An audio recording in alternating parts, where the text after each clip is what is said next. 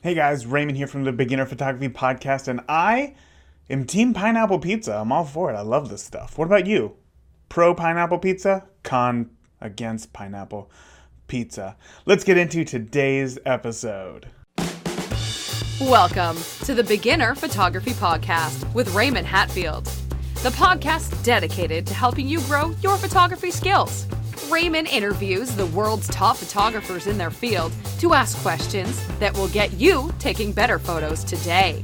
Now, with you as always, husband, father, home brewer, LA Dodger fan, and Indianapolis wedding photographer, Raymond Hatfield.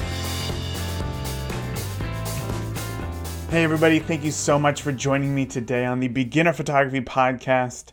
I am Raymond Hatfield, as always, your host, your mentor, I guess, if you want to call it that. I know a lot of people don't have somebody who they can reach out to and call upon whenever they need it, and I hope to be that person for you. If you have any questions about photography, feel free to reach out to me right now at beginnerphotographypodcast@gmail.com. That's all you got to do. You just shoot me an email, and I'd be more than happy to answer any questions that you have about photography, okay?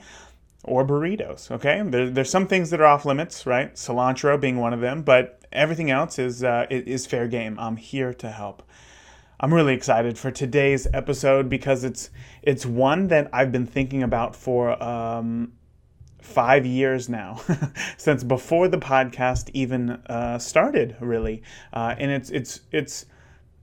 it all comes from the. Okay, let me start from the beginning. I am opening up a photography studio. Right? That sounds exciting, right? You hear that and you're like, whoa, that's cool. A spot where you can go and you can work and you can get things done. That sounds awesome. So why is there a whole episode dedicated to this? Let me start from the beginning, okay? This year has been a pretty crazy year for me when it comes to travel. I shot a wedding in Alaska. We had some family vacations. My wife and I just got back from Iceland as well for a week. And all of this was kind of like in the middle of like wedding season, and it gets very hectic, right? And what it did for me is it made one thing clear. I can only do so much with my time. That's all that I can do, right? I'll be honest, things slipped away from me. Things like email. Email's the biggest one that got away from me. Second biggest thing that got away from me is Facebook, right? And not that Facebook is like the most important thing in the world, right? Because it's not that I was just like sitting on the couch doing nothing. It was that I was spending time with my friends and family and the people who I love most. These were all things that were happening. Like my life was happening. And what went by the wayside was, again, email, Facebook, these ways of communicating with others like you, which was very unfortunate. And I don't have anybody who works for me, right? I do everything on my own. I do my own editing. I answer all of my own emails. I do everything on my own. I book everything. I do my own ads. Everything in my business is 100% up to me. And that's both my photography business and the podcast. So the only way that I make money is when I sell my time. Okay? This is how we've been trained to work, essentially, right? If you work a traditional 9-to-5 job, if you want to make more money, you are told that you got to pick up more hours. You can't just like make more money on demand without doing any extra work. You have to pick up more hours. And as somebody who as a wedding photographer, I primarily work weekends, right? My kids are starting to get a little bit older. Charlie's in school now, which means that he's really only free on weekends. So some weekends I don't see him at all. Like I'm lucky enough to be home during the week and I can see him after school and stuff, but like those times where he can still be a kid and get out and like do fun things like with the whole family, that's on the weekends. And sometimes I miss out on that. And I've always hated that. I've always hated that idea. I've always hated the idea of missing out.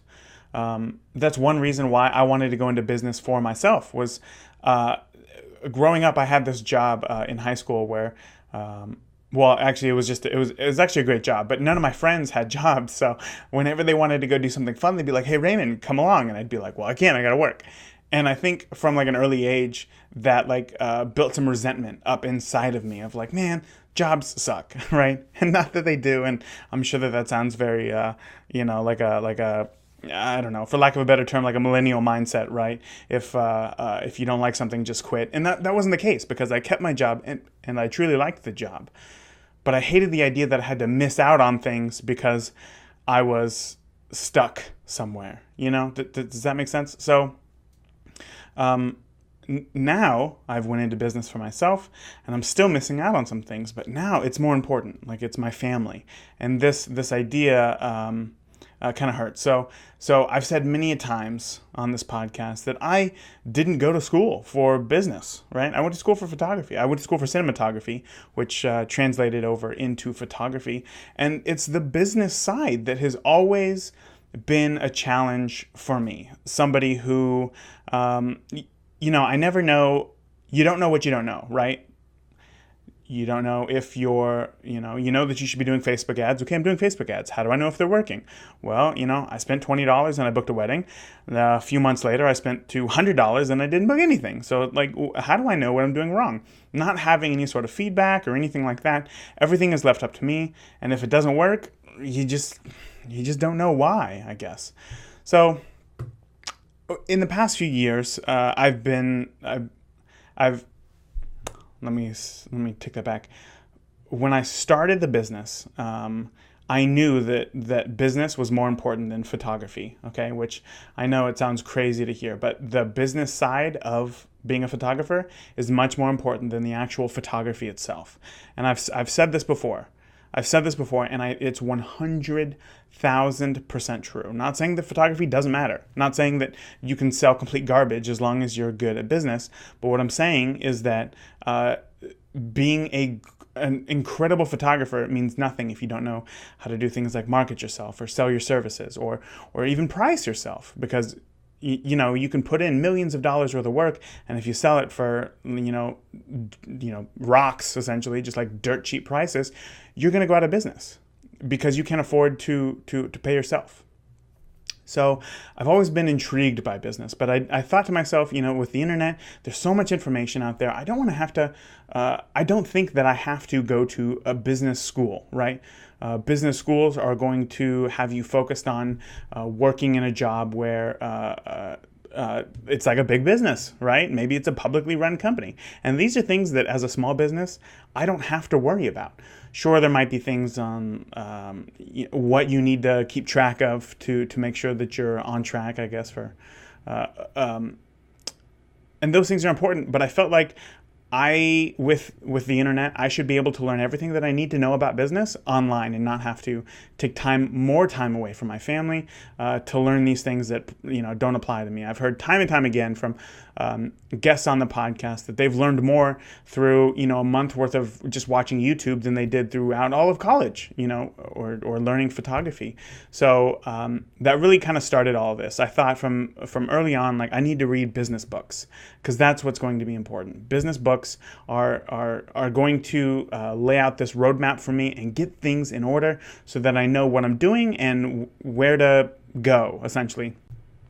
But for some reason there was something missing that I couldn't figure out, right? There would be these business books and it would be great ideas, but it just wouldn't click to me. Nothing was clicking. I don't know. I couldn't find a way to apply it into my photography business. And we're talking about books like, and these are good books. These are renowned books, like the E-Myth Revisited, which I still think is one of the best books. It's an incredible book if you're thinking about going into business, and especially if you love, after reading that book, you're going to want to open up your own pie business, because it just sounds so easy after that book is over. But again, there was something in it that I couldn't bridge that gap and figure out how to make it work for my photography business. And then there's books like The War of Art by Stephen Pressfield. This is a great book. People love it. Talks about obviously how the difference between how it's basically how artists can make money, right? How they're always too focused on their art and not enough on making money, and then therefore they just get burnt out and they close up shop, right? And again, this was a good book, but I don't know. There was just something about it I just couldn't connect to. I listened to it twice and still I don't know. There was something about it. But recently I read I found this book. It was actually from listening to an interview on the Six Figure Photography podcast, where one of the guests, who is a musician, he's a wedding musician, not even a photographer, but he read this book called "Making Money is Killing Your Business." And I thought, wow, that's a really interesting title. Making money is killing your business. That doesn't even make any sense. So I was intrigued just by the title alone. So I did a simple Google search. I found this book, and immediately I became intrigued. And the premise of the book is that small business owners like myself are so focused on making money today to be able to pay the bills that we don't take the time to build a business that makes money for us. And when I heard that, I thought, like, that's me. That is me. I'm so focused on making money, right? Winter's coming up, not shooting a lot of weddings, obviously. You got to be careful with your cash, with not a lot of cash coming in. I'm so focused on making money today that I'm not even looking at how to build a photography business that makes money for me while I'm, gone on vacation in Alaska, in Iceland, on, trips. This is what clicked for me. This whole idea, right? Because sometimes, I'll be 100% honest with you right now, I feel burnt out. I feel like I'm on a treadmill, and I feel like I'm doing so much work, but I'm literally not going anywhere. And it is exhausting, right? It's just like a treadmill. You run and you run and you run and you run, and you're getting in good exercise. I get it. That's the point of a treadmill. But from like a distance standpoint, you go nowhere. You're just running and running and running, and you're not going anywhere.